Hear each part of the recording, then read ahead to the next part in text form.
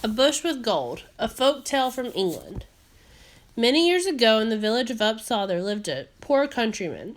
For 3 straight nights he had a dream in which he was told that if he went to London Bridge, he would hear of a great fortune coming his way. So he departed, traveling the whole distance from Upsall to London on foot. When he finished his journey, he took his station on the bridge and waited. After some time, his patience was nearly exhausted, and he began to think that his behavior was very foolish. As he stood considering whether or not to leave, he was approached by a shopkeeper. The shopkeeper kindly inquired why the poor countryman had been waiting there so long. After some hesitation, the poor countryman recounted to the shopkeeper that he had heard what he had heard in his dreams. The shopkeeper laughed at his foolishness and told the countryman of his own very curious dream. In his dream, the shopkeeper was told that if he dug under a certain bush near Upsall Castle in Yorkshire, he would find a pot of gold. But the shopkeeper did not know where Upsall was, and he asked the countryman if he knew. The poor countryman realized that there was some advantage in being secretive, so he pleaded ignorance, telling the shopkeeper that he did not know the location of Upsall Castle. With that, the poor countryman declared that his business in London was completed, and he immediately left for home. Once home, he went to the bush the shopkeeper described and began to dig. After some digging, he unearthed a pot filled with gold. The pot had a cover bearing an inscription in a language he did not understand. After removing the gold, he put the pot and cover on display at the village inn. One day, a bearded stranger arrived in the village, and upon viewing the pot, he translated the inscription. In plain English it said, "Look lower where this stood is another, twice as good." When the poor countryman of Upsall heard this, he hastily got his shovel and returned to the bush to dig again. This time he dug deeper and found another pot filled with gold that was far more valuable than the first. Greatly encouraged by this, he dug deeper still and found yet another pot of gold even more valuable than the second. Today in the village of Upsall, near the northwest corner of the ruins of Upsall Castle, the bush under which the treasure was buried still remains.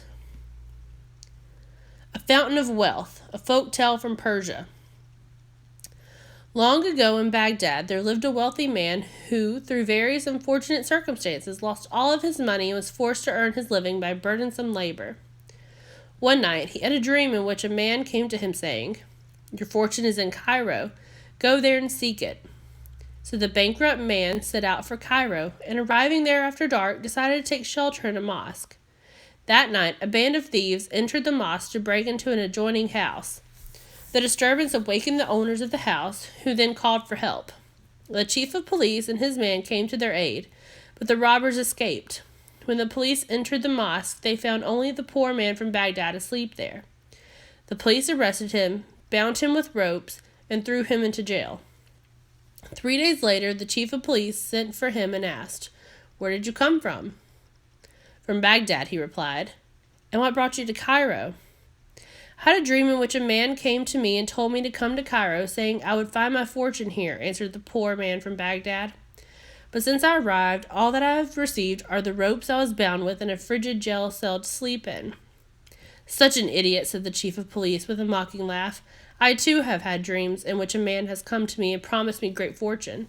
3 times he came in my dreams and described a house in Baghdad where a great sum of money is supposedly buried beneath a fountain in the garden. He told me to go there and take it, but I am too astute to believe in such nonsense, so I stayed here. You, however, have foolishly journeyed from place to place on this faith of a dream. Don't you know such dreams are nothing more than meaningless fantasies?" He then gave the poor man some money, saying, "This will help you return to your own country." The poor man took the money and commenced the journey home.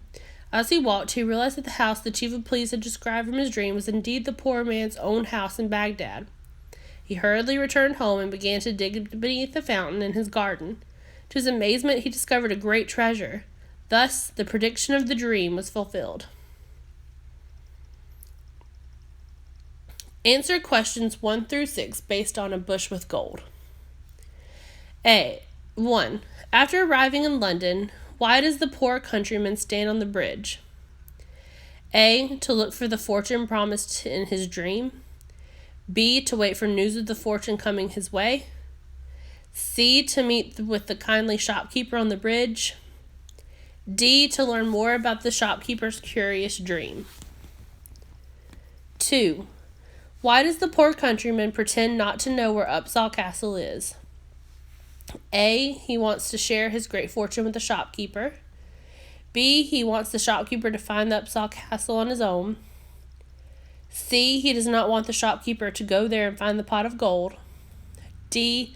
He realizes the shopkeeper had not understood the poor man's dreams. 3. Which definition represents the meaning of station in paragraph 1? Station.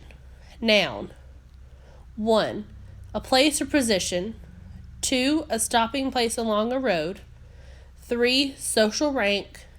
4. A communication establishment. A. Definition 1. B. Definition 2. C. Definition 3. D. Definition 4. 4. Why does the poor countryman dig under the bush a second time? A. He does not find his fortune during his first dig. B. He wants to rebury the pot of gold under the bush. C. The shopkeeper sends word that he should dig under the bush again. D. The stranger reads about more treasure buried deeper under the bush. 5. The poor countryman and the shopkeeper were alike because both men: A. Found their treasure in an unlikely place. B. Traveled far from home to find their treasure. C. Dreamed about finding their fortune in another place. D. Asked the stranger to translate the inscription on this pot of gold. 6. After finding the third pot of gold, what will the man most likely do? A. Return to London to live. B. Live the rest of his years in wealth. C. Share the gold with the shopkeeper. D. Tell all of his neighbors about the gold. Answer questions 7 through 10 based on a fountain of wealth. 7. Which best describes the tone of a fountain of wealth? A. Educational. B. Entertaining. C. Formal. D. Serious. 8. How does the chief of police know the thieves are in the mosque? A. He knows the thieves plan to rob the house. B. He sees the thieves when they first enter the mosque. C. The wealthy man tells him that the thieves broke into the mosque. D. The owners of the house call the police for help when they hear the thieves. 9. Which word best describes how the chief of police talks to the bankrupt man about his dream of great fortune? A. Admiringly. B. Fearfully. C. Scornfully. D. Shamefully. 10. How does the bankrupt man know that he will find his treasure under the fountain at his house? A. His house and the fountain match those described in the chief's dreams. B. He realizes it was foolish to travel from place to place looking for his treasure. C. He remembers burying the treasure beneath the fountain before he went to Cairo. D. He sees where the treasure is buried beneath the fountain at his house in his dreams. Answer questions 11 through 14 based on both a bush with gold and a fountain of wealth. 11. How are the poor men in both stories alike? A. They both fail in their attempt to find their fortune. B. They both argue with another man about finding wealth. C. They both share their wealth with the man who helps them. D. They both travel to a distant place before finding their fortune. 12. How are the shopkeeper in a bush with gold and the chief of police in a fountain of wealth alike? A. Both have found great wealth of their own. B. Both are jealous of the poor man's new wealth. C. Both ridicule the poor man for believing in his dream. D. Both tell the poor man to return home to find his fortune. 13. In both passages, the men's dreams are symbols of their A. Desire for wealth. B. Unhappiness at home. C. Failure in making money. D. Interest in seeing new places. 14. Look at the chart contrasting the two stories. Story differences. A bush with gold, a fountain of wealth. Takes place in Upsal and London. Takes place in Baghdad and Cairo. The poor man waits for news of his fortune on London Bridge. The poor man takes shelter in a mosque. Blank. The poor man finds all of his treasure after digging under the fountain once. Which of these best completes the chart? A. The poor man tells a shopkeeper about Upsal Castle. B. The poor man listens as the chief of police describes his dreams. C. The poor man finds more treasure each time he digs under the bush.